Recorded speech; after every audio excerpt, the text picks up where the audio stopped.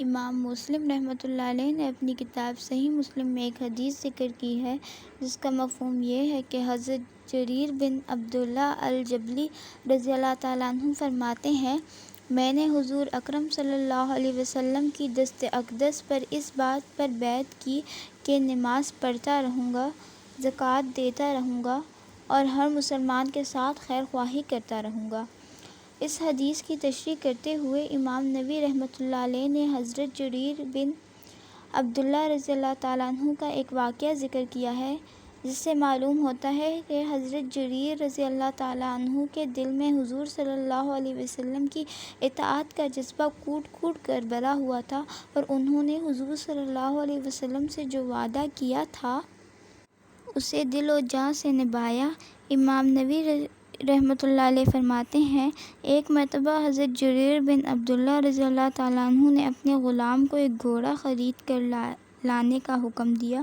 وہ غلام 300 درہم میں گھوڑا خرید کر لایا، ساتھ ہی رقم دلانے کے لیے گھوڑے کے مالک کو بھی لیتا آیا۔ حضرت جریر رضی اللہ تعالیٰ عنہ کو مقرر شدہ رقم بتائی گئی اور گھوڑا بھی پیش کر دیا گیا۔ آپ رضی اللہ تعالیٰ عنہ نے اندازہ کیا کہ گھوڑے کی قیمت 300 درہم سے کہیں زیادہ ہے۔ آپ نے گھوڑے کے مالک سے کہا، آپ کا یہ گھوڑا 300 درہم سے زیادہ قیمت کا ہے، کیا آپ 400 درہم میں فروخت کریں گے؟ اس نے جواب دیا، اے ابو عبداللہ، جیسے آپ کا جی چاہے۔ حضرت جریر رضی اللہ تعالیٰ عنہ نے فرمایا، آپ کے گھوڑے کی قیمت 400 درہم سے بھی زیادہ ہے، کیا آپ 500 درہم میں فروخت کریں گے؟ اس نے کہا، میں تیار ہوں۔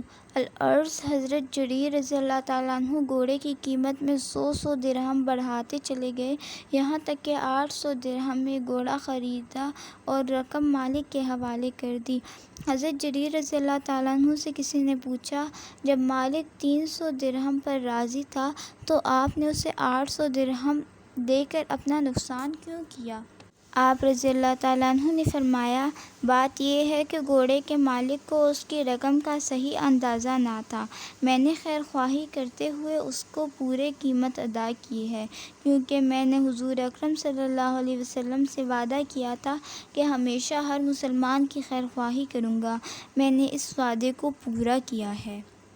جزاک اللہ خیرا کثیرا۔